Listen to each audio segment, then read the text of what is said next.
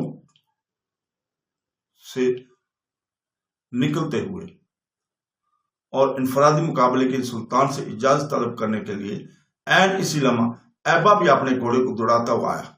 چونکہ وہ سلطان شہاب الدین غوری کے لشکر کا ایک انتہائی پسندیدہ اور اعلیٰ پائے کا سالار تھا، لہذا اسے دیکھتے ہوئے جو انفرادی مقابلے کے لیے باہر آئے تھے وہ ایک طرف ہٹ کر کھڑے ہو گئے اور اس موقع پر سلطان نے غور سے ایبا کی طرف دیکھا، پھر مسکراتے ہوئے پوچھا، ایبا کیا خیال ہے تمہارا؟ ایبا مسکرایا اور کہنے لگا، سلطان معظم، میرا خیال بہت اچھا ہے، میں خود دشمن کے اس تیغ زن کے مقابلے کے لیے نکلوں گا۔ سلطان نے مسکراتے ہوئے جب اسباب میں گردن لڑائی تب ایبا ان لشکروں کی طرف توجہ ہوا جو انفرادی مقابلے کے لیے باہر نکلے تھے اور کہا، میرے عزیز ساتھیوں، میں ایبا تمہاری دلیری، تمہاری جرأت مندی اور تمہاری شجاعت کا 100 بار سلام پیش کرتا ہوں کہ تم لوگ اپنے لشکر سے نکل کر آگے آئے، سلطان سے انفرادی مقابلے میں حصہ لینے کے لیے اجازت مانگی۔ میرے بھائیوں، اگر تم لوگوں کو کوئی اعتراض نہ ہو تو میں خود اس کے مقابلے پر جاؤں۔ میں سلطان سے سب لوگوں کو یقین دلاتا ہوں کہ اس زیر کرنے میں کامیاب ہو جاؤں گا انشاءاللہ تعالی۔ اس موقع پر سلطان اور قطب الدین ایبک مسکرا رہے تھے۔ مقابلے پر ان سارے لشکریوں نے بخوشی ایبا کو میدان میں اترنے کی اجازت دے دی تھی۔ ایسا ہونا تھا کہ ایبا نے اپنے پاؤں کے ساتھ بندھی ہوئی ممیز اپنے گھوڑے سے لگائی اور گھوڑا ہنہناتا اور نتنے پھڑپھڑاتا ہوا اپنے سموں سے زمین کو رونتا ہوا وسطی حصے کی طرف بڑھا۔ آکاش مل کے قریب جا کر ایبا اپنے گھوڑے کو اس کے ارد گرد دوڑانے لگا۔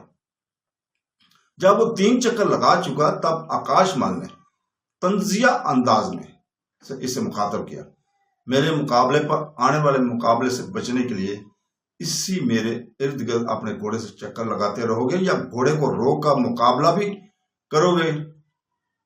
ان الفاظ کے جواب میں ایبا نے گھوڑے کی باگیں کھینچتے ہوئے جب اسے دیکھا تو گھوڑا احتجاجی انداز میں ہنہنایا، اپنی دونوں پچھلی ٹانگوں پر وہ فضا میں کھڑا ہوا، اور اس موقع بھاری آواز میں ایبا نے آکاش محل کو مخاطب کیا، نوجوان، مقابلے پر ہی تو آیا ہوں، اگر یہ بات ہے تو پھر ذرا اپنا نام کہو۔ آکاش محل نے بڑے غور سے اس طرف دیکھتے ہوئے اس سے پوچھا۔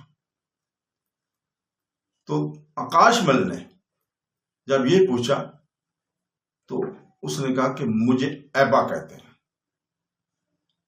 تو دوستوں یہیں پہ رکتے ہیں، اگلی قسط میں اس سے آگے انشاءاللہ تعالی بیان کریں گے۔ اللہ حافظ۔